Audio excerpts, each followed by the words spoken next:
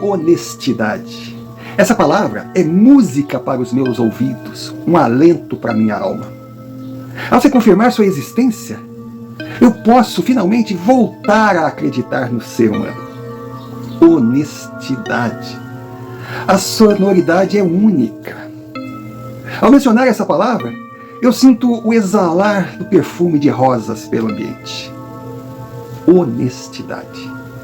Seria tudo, caso fosse possível. De repente você faz parte daquele seleto grupo que pode afirmar que é uma pessoa honesta. É uma pessoa que se enquadra na definição de honestidade. Uma criatura acima de quaisquer suspeitas. Parabéns, mas tenha certeza, eu não acredito em você. Mas por favor, não se ofenda. Não estou colocando em dúvida a sua idoneidade, e sim o real significado da palavra honestidade. Desculpe-me se acabei de desapontá-lo ou até mesmo ofendê-lo. Mas na verdade, eu só fui honesto. Eu não acredito em honestidade. Uma pessoa 100% honesta, e tenho as minhas razões. Honestidade para mim é alguém que se mantém honesta 24 horas por dia, 365 dias por ano, com todas as criaturas que estão ao seu redor. Aí você pode dizer, perfeito, eu me enquadro a essa definição. Bom, se for verdade, então primeiro você tem que agradecer a Deus por não ter o destino colocado a sua honestidade à prova.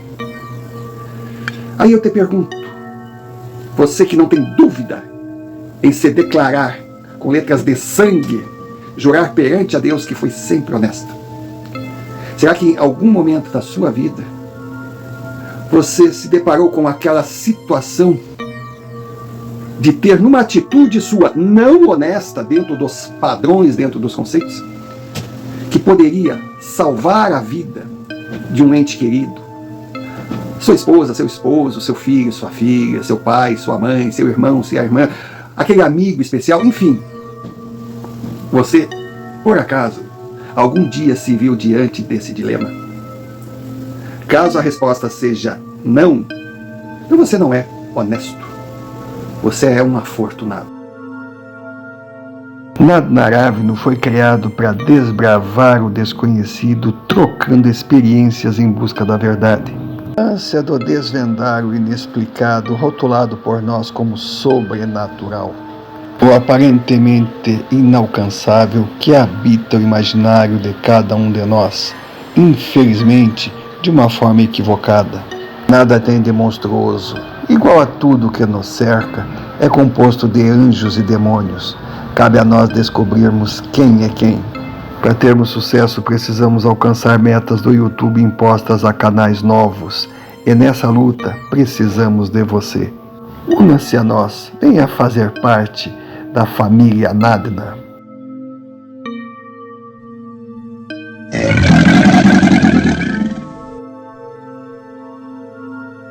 Senhor Romário, bom dia, espero que esteja lendo esse relato pela manhã, caso contrário, boa tarde, boa noite, indiferente.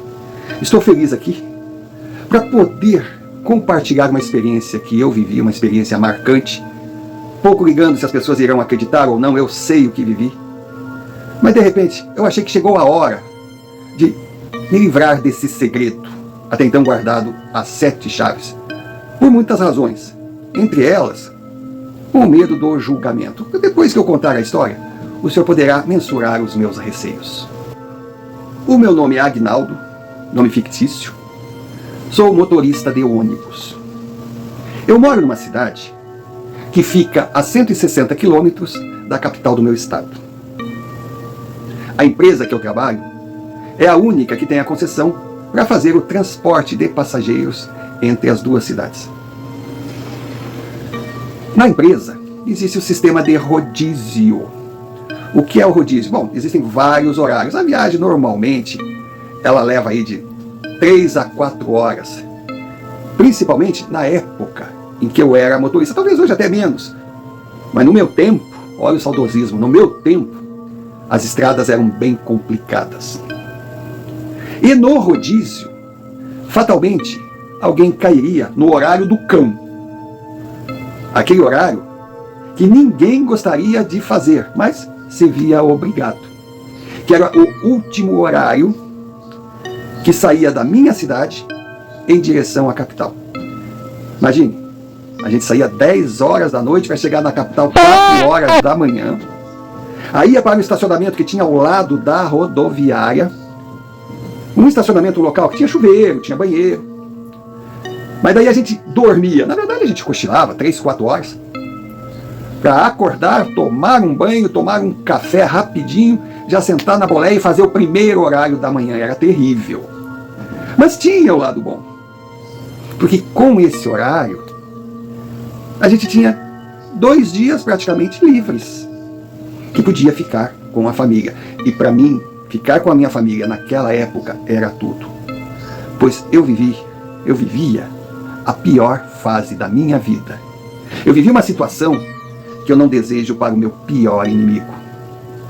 Casado de novo, construindo a vida, casinha alugada, toda mobiliadinha, trabalhando, uma esposa companheira, uma esposa que cuidava bem da casa, cuidava de mim e cuidava principalmente do nosso primeiro filho.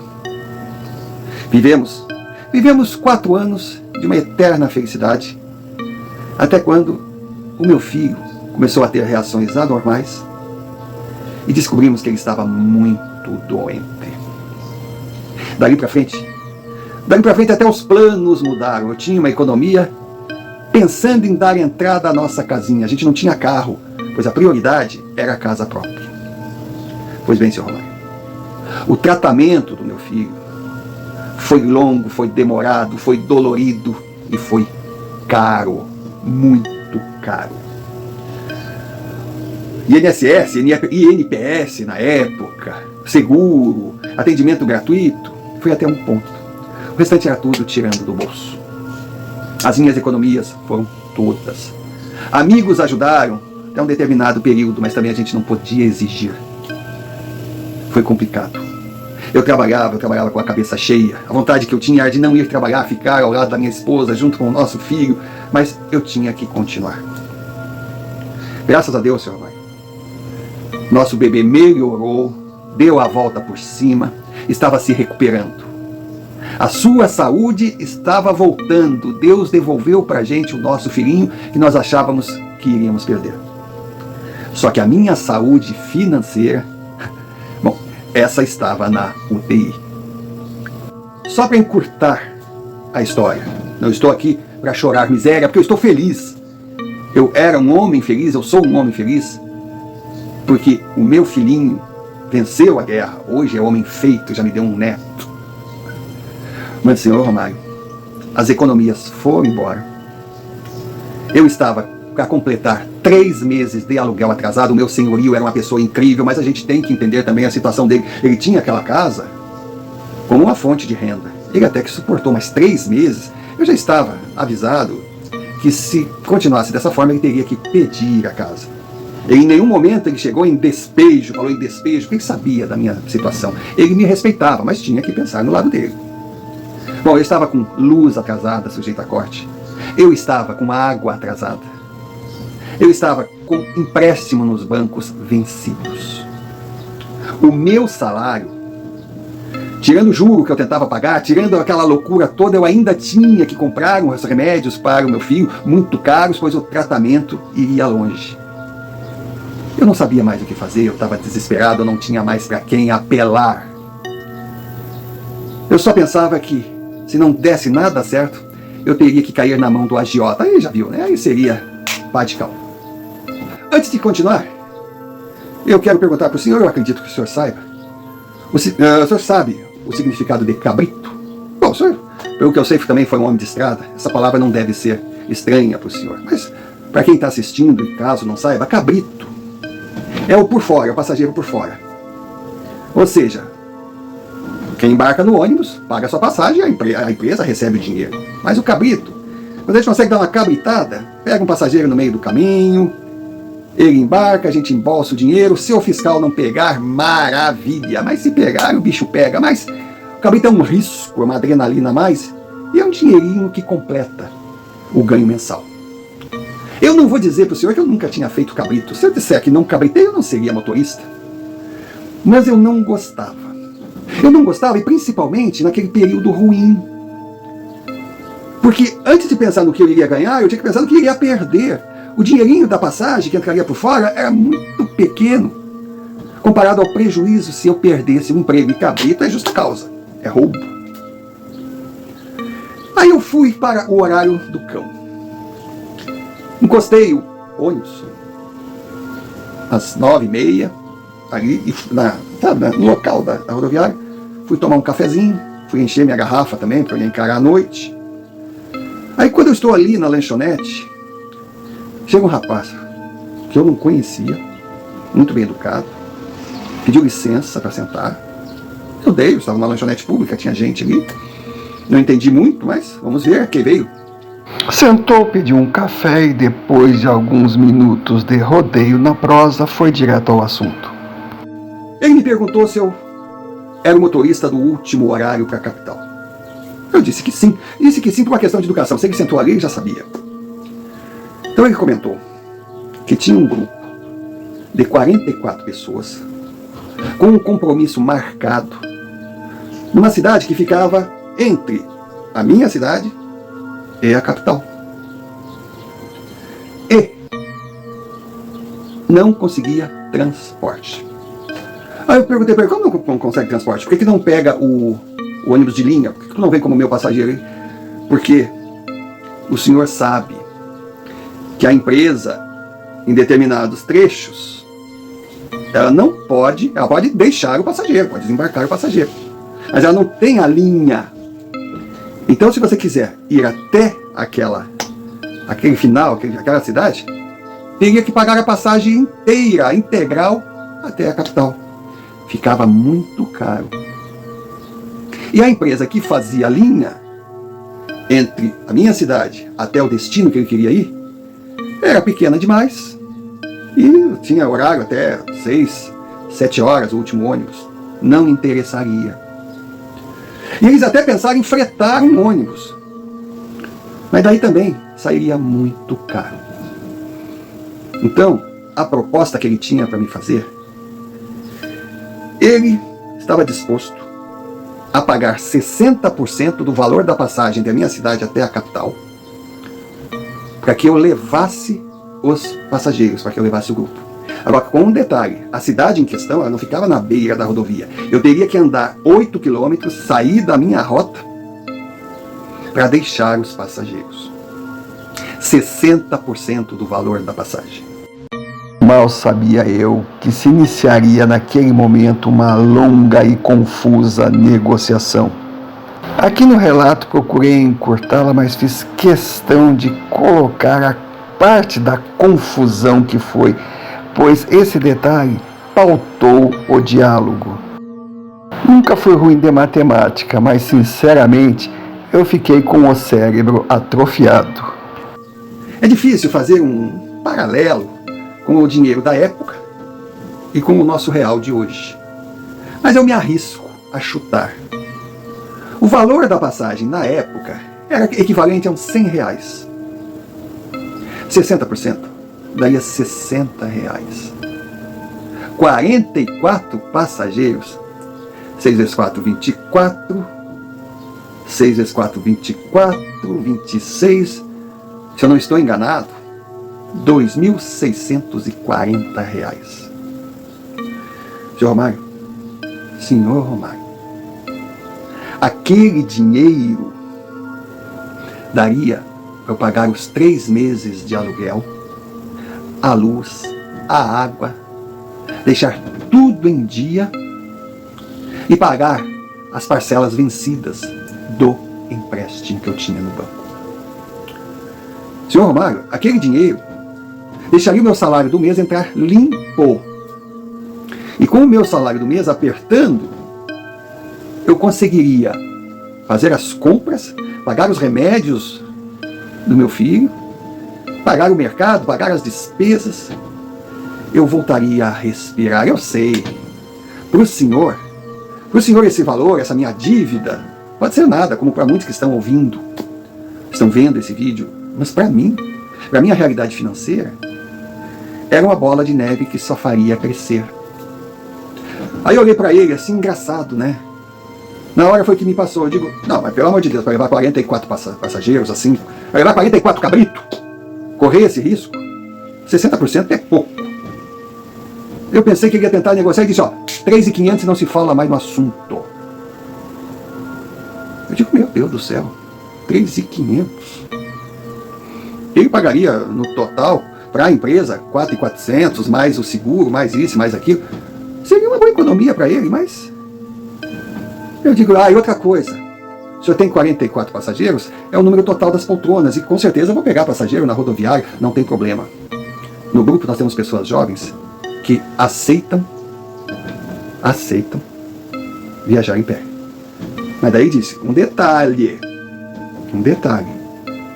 o senhor terá que nos trazer de volta. Eu digo, mas como assim trazer de volta? Eu vou passar pela cidade, eu vou entrar, eu vou para a capital, aí eu terei que ir para o dormitório, para o estacionamento. Bom, aí o senhor é que sabe. Daí eu ainda disse para ele, mas vem cá, isso tudo é na madrugada, sem ônibus, isso tudo é clandestino, eu não quero nem saber o que vocês vão fazer lá, Deus me livre.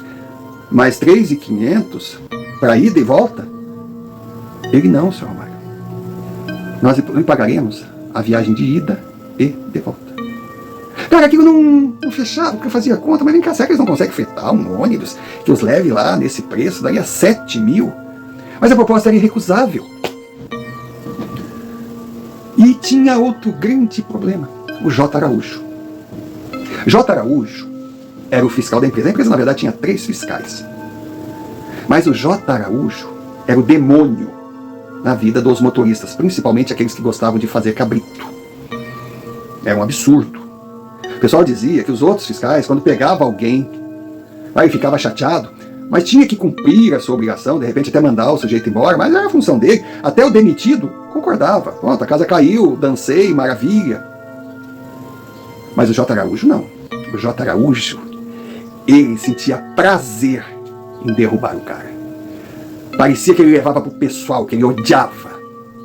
Para ele descobrir alguém errando e demitir o cara, era um orgasmo. Eu só ficava pensando. Meu número estava embaralhado. 3.500 vezes 2 dá 7. Isso aí vai sair o contrário. Vai sair, por que ele não paga o motorista? Ou ele não paga outro ônibus? Sabe, eu estava confuso. Eu ainda perguntei, mas 7.000 tu consegue o frete? Mas quem disse que eu vou pagar 7.000? Não. Eu te pago os 3.500 de ida. E até tá. Até te dou mais 500 com relação à volta. Eu te dou 4.000 porque tu vai ter que colocar o combustível também. Que isso aí vai dar diferença. Eu disse, tá, e a quilometragem que eu vou andar mais? Aí, senhor Romário, ele olhou pra minha cara e disse, poxa, você quer me convencer que não sabe paralisar um tacógrafo? Que tipo de motorista você é? Põe um papel no lugar certo aí que ele não vai te caguetar. Aí eu vi que eu não tinha como fugir. No meio daquela confusão, daquela negociata, foi mais longe, mas acho que eu já estou me esticando muito. Ficou definido assim, 4.000 reais. Eu sairia para fazer a linha até a capital. No meio do caminho, eu entraria com eles, deixaria no destino, iria até a capital, deixaria os passageiros e voltaria na madrugada escondido, olha o pepino. Pegaria eles de volta, traria para minha cidade e embolsaria 4.000, que seria a salvação da minha vida. Que Deus me perdoe, pode me chamar de ladrão, eu só pensava na minha casa, na minha família. Eu digo, ó, quer saber? Bunda de fora ou calça de veludo? Eu não aguento mais, eu tô prestes a ter um infarto, ir para uma cadeira de roda. Eu fechei. Marcamos o dia, eu disse, mas vocês não vão embarcar na rodoviária, não. Não, aí o senhor decide. Eu digo, existe um posto de gasolina, assim, não, perfeito, nós vamos estar lá. Senhor Romário, na noite, combinado, caiu um toró. Mas pensa numa chuva. Eu olhava aquela chuva, eu agradecia a Deus. Bom, no mínimo, nem o J. Araújo vai estar na estrada. Fiscal eu não preciso me incomodar. Ai, será? Aí eu chego na rodoviária. Quando eu cheguei na rodoviária, seu Romário, nada está tão bom que não possa melhorar. Eu cheguei a me arrepiar, devido à chuva não tinha passageiro. Eu iria bater lata até a capital. Eu e Deus, nós dois juntos, sozinhos, para estar com um ônibus para fazer a linha de volta, o primeiro horário de volta. Era bom demais para ser verdade. Bom demais para ser verdade. Pois é, seu Romário. Saí da rodoviária, vazio, parei no posto e ali estavam os 44 me esperando. Eles embarcaram, eu fui até a cidade, entrei, deixei eles ali. Aí eu não tinha necessidade de ir até a capital, não tinha passageiro. E na hora que eu chegava na rodoviária, eu só chegava, desembarcava e ia para o estacionamento, não tinha ninguém para conferir. Já era o orifício anal da madrugada. Só que eu não fiquei dentro daquela cidadezinha, eu fiquei aguardando fora. Quando deu o horário que ele marcou, voltei, peguei todo mundo e iria rodar os poucos quilômetros que faltavam para deixá-los no mesmo local onde eles embarcaram. Só que, senhor Romário, foi eu pegar a rodovia, adivinha quem estava lá? J. Araújo. Eu digo, meu bom Deus, o que eu fiz da minha vida? Ele fez sinal abaixo de chuva. O que aquele infeliz estava fazendo ali? Ele me fez parar, entrou, deu boa noite, seguiu pelo corredor do ônibus. Meu coração imagina, foi ao banheiro, voltou, ficou um pouquinho do meu lado ali na frente, conversando. Que chuva, tu vê que absurdo. Ainda perguntou pelo meu filho como é que estava, na maior simpatia. Não pediu papel nenhum, não falou nada, ele só estava ali fumando, porque na época podia fumar dentro de ônibus. Eu até olhei e me chamou a atenção, ele fumava Consul. Eu digo, como é que um homem pode fumar Consul? Não sei, os mais jovens não conheciam. Era um cigarro, filtro branco, sabor de menta, aquilo era horroroso. Aí ele fumou o Consul, botou no cinzeiro ali, andamos mais alguns quilômetros, ele parou, desceu, tá? Desceu e eu segui. Cheguei no ponto de desembarcar o grupo, as pessoas foram descendo, abaixo de chuva. Elas desciam, me cumprimentavam, desciam, me cumprimentavam. No final, o contratante chegou, me deu o dinheiro, agradeceu e disse, muito obrigado, o senhor é um bom homem. E desceu. Senhor Romário, eu estava meio que, sabe, querendo olhar, conferir o envelope ali, para ver. Eu desviei o olhar. Quando eu olho para frente, as 45 pessoas, ou seja, os 44 passageiros, mais o contratante, haviam desaparecido. Aquilo eu me arrepiei, o que é isso, meu Deus do céu? Eu cheguei a descer e procurei para todos os lados. Eu não vi nenhum carro chegando, eu não vi a parada, já estava fechada, era de madrugada, só tinha uma cobertura ali para a chuva. Eu escrevi que não tinha nenhum carro esperando por eles e eles desapareceram. Senhor Romário, eu montei naquele ônibus, eu não sei como eu cheguei na capital. Eu só sei que quando eu acordei, já estava o despertador me chamando para que eu levantasse para fazer o meu caminho da roça, o meu caminho de volta. Aí fui, eu estava meio atônito, eu não entendia, não sabia nada, não sabia o que estava acontecendo, era uma coisa estranha, estava tudo errado, estava coisa, sabe, não fechava. Aí embarquei os passageiros, uma meia dúzia de passageiros. Aquela linha ali, inclusive, dava prejuízo para a empresa, muitos estavam pensando em fechar o horário, porque era pouca gente mesmo. Mas daí, segui meu caminho até a capital. Mas não demorou muito, quem estava lá? J. Araújo. Ele acenou, eu parei, ele entrou. Mas não era o J. Araújo da noite anterior, não. Era um cara rancoroso. Era aquele J. Araújo que a gente conhecia, pediu toda a papelada, foi, olhou os passageiros, contava, recontava, procurando, sabe? Cabelo em ovo. Aí chegou, me entregou, não me cumprimentou, não me desejou boa viagem. Mostrou o lugar para eu parar, eu parei, ele desceu e eu segui. Eu segui. Mas de repente, eu fiquei pensando. Ele não comentou sobre a gente ter se encontrado na madrugada. Ele não comentou de ele ter me pego num flagrante, de eu estar fora da linha. Eu estava fazendo uma rota sentido capital, minha cidade, quando deveria ser o contrário. Ele não comentou sobre os 44 passageiros que estavam ali, mais o contratante. É como se ele não estivesse me atacado. Ah, não. Eu andei mais um pouquinho e parei. Parei e desci e digo, o senhor dá licença? Ele, pois não, está atrasando, os passageiros estão dentro do ônibus. Digo, não, só uma pergunta. É que eu fiquei preocupado com o senhor ontem à noite, quando o senhor desceu do meu ônibus debaixo daquela chuva. O senhor conseguiu chegar em casa? Ah, mas com uma conversa toda? Ele me olhou assim, você está louco, rapaz? Nós não nos vimos na noite passada. Eu não trabalhei na noite passada. É alguma brincadeira? Eu digo, não é não.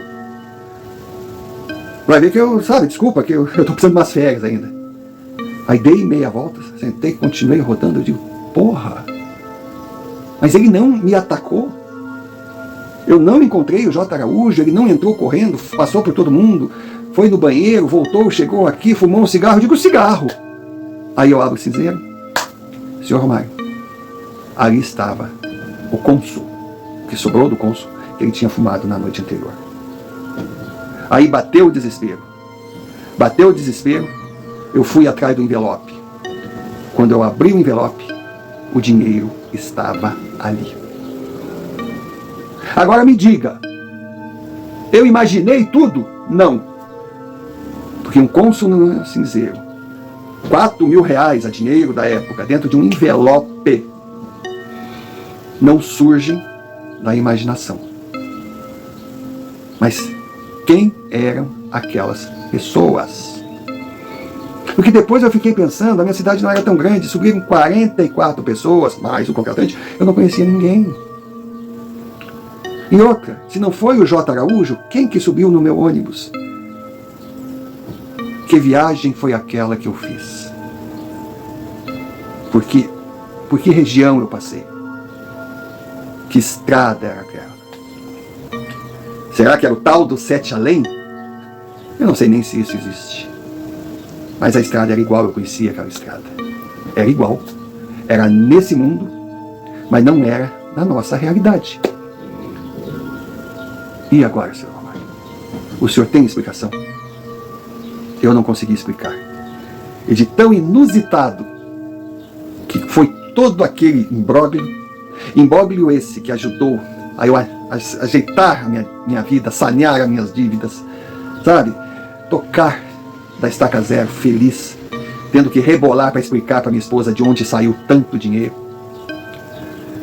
Mas, honestamente, até onde eu posso pensar que aquilo não aconteceu, mas aconteceu, aquilo foi imaginação minha, mas eu não posso fazer dinheiro surgir, até imagina a minha cabeça. Mas seja como for, eu só posso agradecer a Deus, aos meus anjos da guarda e àquele contratante. Que seja quem ele for, indiferente de onde ele veio, ele entrou na minha vida com a intenção de me ajudar.